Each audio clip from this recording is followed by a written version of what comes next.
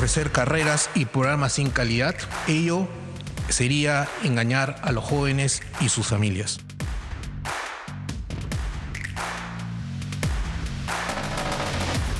Podemos decir que gracias a ese proceso de reforma universitaria tenemos un sistema que tiene más legitimidad.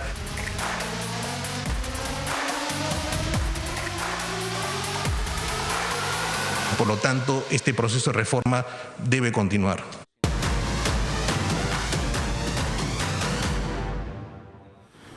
Muy bien, esa fue la noticia política del día. Vamos a encontrarle la razón a la interpelación, porque el ministro, al presentarse, dijo: buenas, ¿qué tal, señores congresistas? Sí, todo bien, sí. Bueno, soy el ministro de Educación que va a responder preguntas sobre cuando fui jefe de SUNEDU, ¿no? Bueno, y parece que la cosa no pinta tan mal para el ministro Benavides. Vamos a preguntárselo a dos congresistas que vienen con nosotros en unos segundos. Luego vamos a conversar con Hugo Ñopo sobre las cifras de los días domingo. Si realmente los domingos de inmovilización golpean directamente a la subida de los casos. Y los restaurantes andan muy mortificados porque evidentemente los domingos van a perder. Blanca Chávez levanta la voz en nombre de los restaurantes, pero siempre con la intención de proponer. Acá queremos buscar soluciones, tenemos que estar unidos, ¿verdad? Esa es la idea. Comenzamos con la noticia política del día, la presentación del ministro Benavides ante el Congreso. Saludamos la presencia de dos legisladores a esta hora de la noche abriendo el programa. Obviamente no solo vamos a hablar de la interpelación a los ministros, sino varios otros temas que están en la cola en el Congreso, ¿no? La interpelación a la ministra Alba también. Carmen Omonte de Alianza para el Progreso y Francisco Sagasti del Partido Morado ya están conectados en esta nueva normalidad. Congresistas, ¿cómo están? Muy buenas noches, bienvenidos al programa. Buenas noches, Jaime. Buenas noches, Francisco. Buenas noches, ahí está. Buenas noches, Jaime, y a todos los oyentes de RPP. Gracias por estar aquí con nosotros y hablarle a nuestro público de varias cosas. Primero, congresista Omonte, quizá con la sinceridad en la mano, díganos si sirvió de algo la interpelación. Lo pregunto porque las interrogantes se basaron en la gestión de Benavides, en la SUNEDU, y al final el debate se centró más bien en su gestión en el Minedu. ¿Sirvió? Hay tres temas que son importantes rescatar, Jaime, de lo sucedido el día de hoy. En primer lugar, que todo ministro está obligado a hablarle al pueblo peruano sobre aquellas inquietudes y cuestionamientos que se presenten en diferentes momentos. Evidentemente, el pliego interpelatorio se centraba en la etapa en la que él dirigió SUNEDU. Y fue importante en el sentido de que muchas bancadas, congresistas, en el caso de Alianza para el Progreso, pudiéramos dejar en claro nuestro apoyo a la reforma universitaria. Recordemos que la ley universitaria que permitió la creación de la SUNEDU y toda esta reforma viene desde el 2014 como resultado de un trabajo del Congreso de la República. En ese momento compartía la mesa directiva del Congreso con Freddy Otárola y tuvimos el honor realmente de impulsar esta ley y que finalmente ahora estuviera dando el resultado que da. Y tenía que quedar claro que las bancadas no estábamos en esa línea de ir en contra de la reforma universitaria. Y el último punto, ¿por qué también sirvió? Porque permitió que los congresistas pusieran ante el ministro los requerimientos, las inquietudes, las expectativas sobre otros temas, desde las tablets, desde el cumplimiento de la currícula escolar, etc. Entonces, siempre va a ser valioso que un ministro acuda ante el Congreso y pueda debatirse democráticamente sobre el tema que fuera. Y en este caso, como dijiste, ha salido bien librado el ministro de Educación, ha salido fortalecida la reforma universitaria, por tanto, ha sido saludable. Bueno, igual valgan verdades, en el 2014, cuando impulsó ustedes el Congreso la ley universitaria, no estaba en Alianza para el Progreso, no estaba tan vinculada a César Acuña y a su familia, que ciertamente andan algunos de los Acuña con la sangre en el ojo, ¿no? Aparentemente es lo que se sabe, porque Virgilio Acuña, por ejemplo, a Virgilio Acuña se le negó la licencia en la Universidad de Lambayeque. Entonces, bueno, no tengo y también está en la Comisión de Educación, Jaime, ¿no? Pero Alianza para el Progreso está totalmente decidida a apoyar la reforma universitaria, empezando por César Acuña. No van a buscar la censura de Benavides. En absoluto. Ese es un acuerdo que siempre hemos tenido muy en claro. Congresista Sagasti, la misma pregunta. ¿Sirvió de algo esta interpelación para usted? Carmen Omonte dice que sí. ¿Usted? Mire, sí, yo creo que sí. En primer lugar, fue una demostración del nuevo clima que hay entre el Ejecutivo y el Congreso. Yo creo que después de la presentación del señor presidente del Consejo de Ministros hace 2 días, había una duda sobre cómo iba a vincularse, si esto iba a continuar, si iba a ser una cosa, una flor de verano y desaparecer. Pero yo creo que lo que ha habido hoy día ha sido una discusión alturada, un conjunto de preguntas en que no hemos visto excesos por ningún lado, ninguna parte, nadie está pechando a nadie, preguntas puntuales, reclamos, pedidos de información y al mismo tiempo respuestas mesuradas, claras, precisas. Yo creo que la primera cosa que rescato es la confirmación de un nuevo clima de colaboración entre el Ejecutivo y el Congreso, que espero que continúe con otros ministros y de ahí en adelante, ¿no? Ese es uno. Y en segundo lugar, concuerdo con Carmen, el respaldo total a la reforma universitaria, el respaldo total a la educación superior de calidad, a la excelencia y unido a un fuerte compromiso de todas las bancadas y del propio ministro con la educación pública superior. Sabemos la educación pública superior es la que ofrece las principales carreras en ciencia, tecnología, innovación, todos los temas de ingeniería, porque la mayoría de universidades privadas, con algunas honrosas excepciones de universidades privadas societarias y universitarias privadas, Congresista Sagasti, cuénteme una cosa, este nuevo clima que usted relata, ¿qué lo origina? Por ahí podría ser la parte final del discurso de Zamora, Zamora es otra pregunta que tenía, de Martos. Sí, un lapsus, porque tengo la siguiente pregunta la tengo anotada en la cola. Martos al final dice, voy a ir con mis ministros, los ministros del gabinete van a ir con cada congresista al rincón más alejado del país. ¿Por ahí va la cosa? ¿Por ahí va el nuevo clima? ¿Este entendimiento o esta apertura del gabinete para que los congresistas puedan ir ante sus representados y, en fin, absolver sus dudas y, sobre todo, buscar una solución a sus problemas en esta crisis? ¿Por ahí va?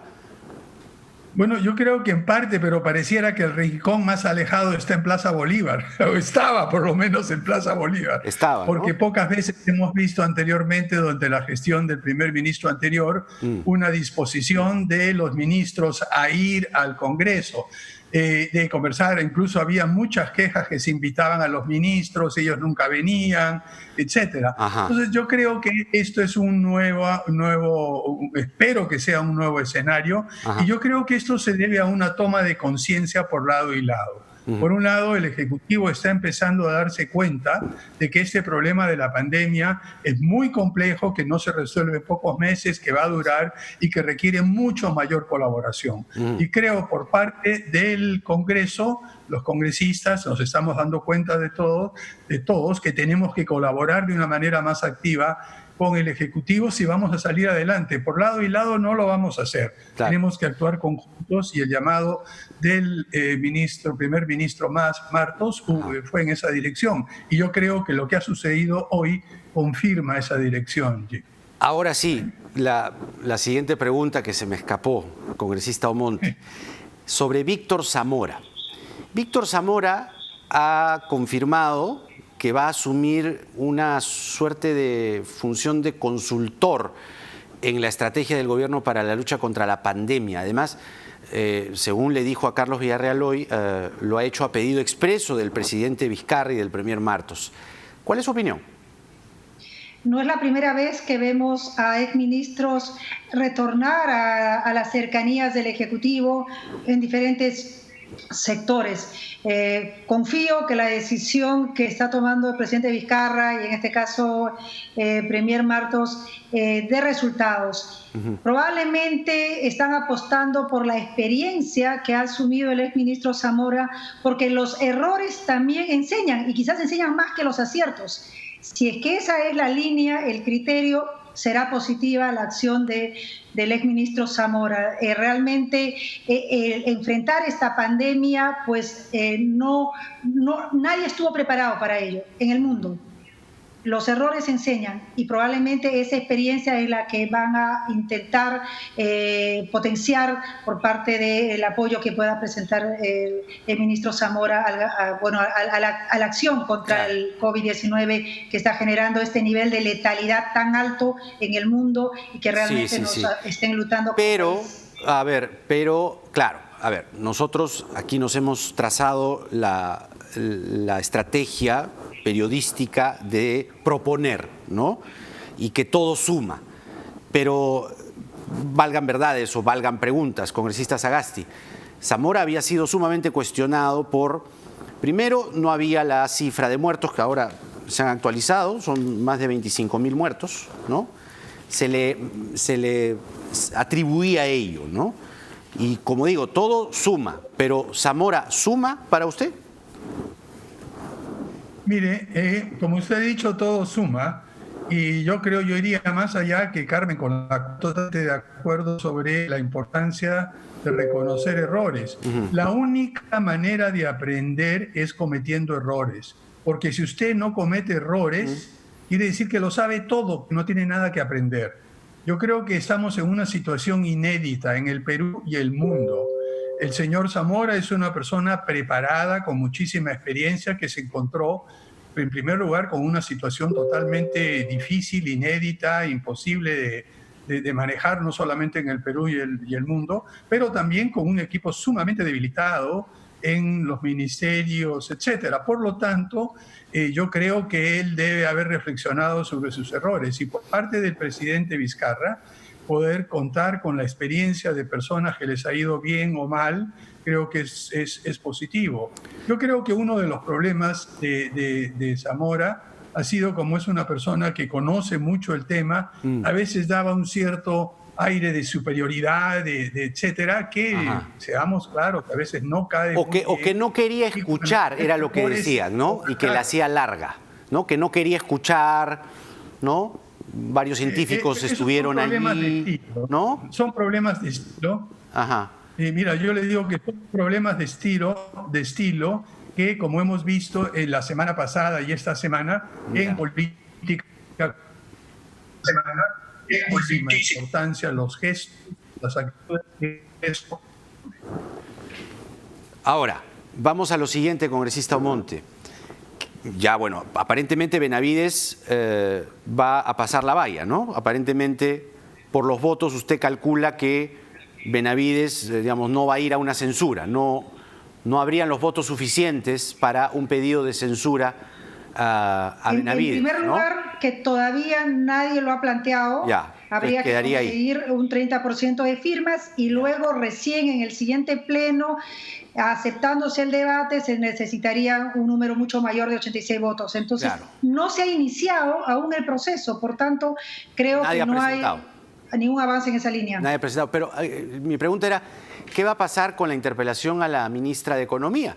Que también se había anunciado, el vocero de Podemos Perú, el señor Luna, había dicho que si la ministra no llevaba una propuesta lo suficientemente sólida para devolver, entre comillas, los aportes de los pensionistas de la ONP, iba a la interpelación y eventualmente la censura.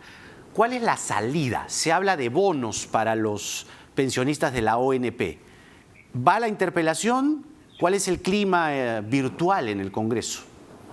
En primer lugar, y esa siempre va a ser nuestra línea, los ministros tienen que tener toda la disposición democrática de acudir siempre a exponer ante el pueblo peruano a través del Congreso de la República, sea el tema que fuera. Evidentemente hay muchos cuestionamientos que tienen que seguir dando a la ciudadanía con respecto a la reactivación económica, a la generación de empleo. Con respecto a los bonos, realmente uno de los temas más complejos que hemos visto hasta ahora es la efectividad del CISFO.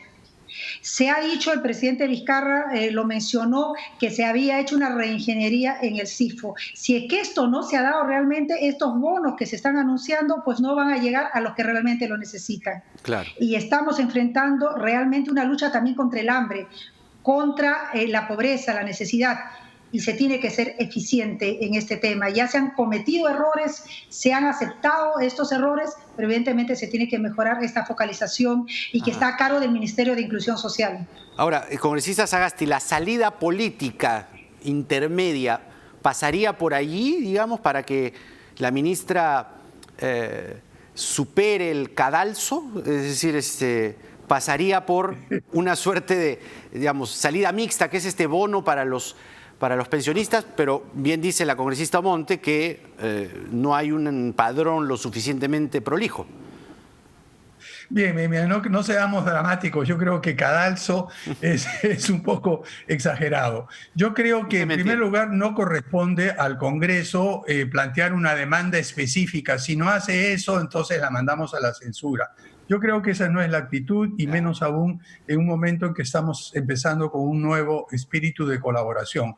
Por lo tanto, a mí me parecen fuera de lugar esos planteamientos, que venga y haga lo que yo quiero, o si no, por favor, eso no es parte de una política que es necesaria en términos de unidad en el momento que nos encontramos. Lo que sí está claro es que estamos en una situación extremadamente difícil. Por un lado, tenemos a las personas que tienen hambre, que necesitan sus recursos y a los cuales no hay tiempo de explicarlo, pero ya Carmen Omonte, como presidenta de la comisión que tiene que diseñar el nuevo sistema de pensiones, nos ha escuchado hablar anteriormente y sabe nuestro punto de vista. Nosotros creemos que, en el Partido Morado, creemos que el sistema que se armó hace 25 años era muy injusto con los pensionarios que quedaron en la ONP. Porque por un lado, simple y llanamente, o no contribuían 20 años, si no contribuían 20 años no recibían nada. Pero aquellos que se pasaban a las AFPs les daban un bono de reconocimiento. Entonces hay que reparar esa injusticia, que fue una injusticia que, nos guste o no nos guste, la cometió el Estado peruano. Claro. En un momento crítico se necesita un gesto. ¿Cuál es el gesto? No lo sé, pero lo importante para nosotros es que haga lo que se haga, no puede afectar a los pensionistas actuales, que tienen a veces una pensión muy, muy baja. Y el problema, y es la cuadratura del círculo que va a tener que resolver con una propuesta activa y no simplemente esperando que le llegue un proyecto de ley para o no promulgarlo o para observarlo o para mandarlo al Tribunal Constitucional. Yo creo que... ¿Congresista? Hemos perdido el audio del congresista Sagasti. Perdón, ahí está, ahora? Ahora sí. Creo que hubo una interferencia. No se escuchó el último párrafo. Ya, el último párrafo no se leyó o no se escuchó. Sí. No, lo que digo tiene razón la congresista Monte, mi querida colega, en los problemas del CISFO. Pero en el caso de la ONP, son mucho más fáciles de identificar. No es que tenemos a toda la gente, son 4 millones de personas registradas, sabemos cuántos no han venido contribuyendo, o sea que yo confío que el Ejecutivo logre plantear una solución razonable, como dijo la congresista Omonte, y al mismo tiempo espero que no se hagan más planteamientos como que si no nos devuelven esto, entonces la censuramos. Creo que eso está fuera de lugar. Ha quedado bastante claro. Ha quedado bastante claro. Mutéelo, por favor. Congresista Omonte, usted en el Twitter, en efecto, como bien dice el congresista Sagasti, usted en el Twitter habló del proyecto de reforma del sistema de pensiones y creo que la gente está ávida de poder escuchar qué salidas se plantean desde el Congreso para la gente. Y ojo al dato, que el gobierno chileno ha dicho hoy que el retiro del 10% de los fondos de las AFP está reactivando la economía. Probablemente a las AFPs ese mensaje pueda que no les guste mucho, pero aquí hablamos con hechos, ¿no? Cosas es la realidad. Ahora, es la realidad, Jaime. Ya, entonces. Si me permites. Quería justamente eso, preguntarle sobre cómo va la reforma del sistema de pensiones en general, porque ahí también parte la cosa, ¿no? No es solamente decir, tráeme una propuesta y si no, al cadalso, ¿no? No, pues, ¿no? O sea, ¿cuál es la propuesta que tiene el Congreso? Porque además ya se aprobó, por cierto, en la Comisión de Defensa del Consumidor el proyecto para liberar el 100%. Ya, son dos temas que es importante aclararlos. Por un lado, Francisco es miembro también de la comisión que presido para plantear finalmente un nuevo sistema previsional. Ya. Todos han aceptado hasta hoy que este sistema ya fracasó. Por tanto, se requiere una reforma integral. La línea es que sea una propuesta integrada, no como hoy que tenemos un sistema divorciado, sistema nacional, sistema privado de pensiones. El planteamiento va en la línea de presentar una propuesta técnicamente viable, financieramente viable, con un consenso político y social que es fundamental. Ese es un tema que sigue su curso.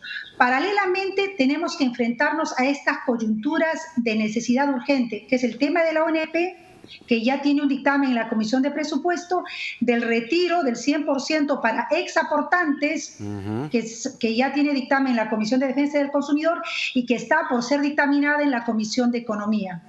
Son circunstancias excepcionales que sí se tienen que tratar. Estas comisiones ordinarias dictaminan. La comisión especial que yo presido no dictamina. Personalmente considero que sí se tiene que atender la demanda de tanto de los aportantes a la ONP como de los ex aportantes de las AFPs. Tú lo mencionaste, ya lo dijo el presidente Piñera. Si hoy se permitiera que retiraran el 100% los ex aportantes de las AFPs que ya están fuera del sistema, que son alrededor de 3.700.000 personas, sería alrededor de 26.000 millones de soles que entrarían nuevamente a nuestra economía, que ese es el análisis que está haciendo Piñera actualmente y que permitirían, ahora, evidentemente, jubilación, poniendo olvídate, ¿no? fragilidad. Digo, la jubilación, olvídense, ¿no? Eso ya veremos. O sea, realmente el futuro no pinta nada bien, ¿no? O sea, así es. Estamos endeudándonos de una forma grosera. Pero en concreto, por favor, en dos líneas, ¿habrá un nuevo sistema de pensiones público y privado que va a producir el Congreso de la República? Así es, en octubre vamos a entregar esta ley de reforma ya del sistema previsional. Estamos trabajando multipartidariamente, escuchando a todos los actores, a la sociedad civil, a la comunidad en su conjunto, y va a ser una propuesta totalmente viable y con un consenso político y social que es fundamental. Una última pregunta para los dos.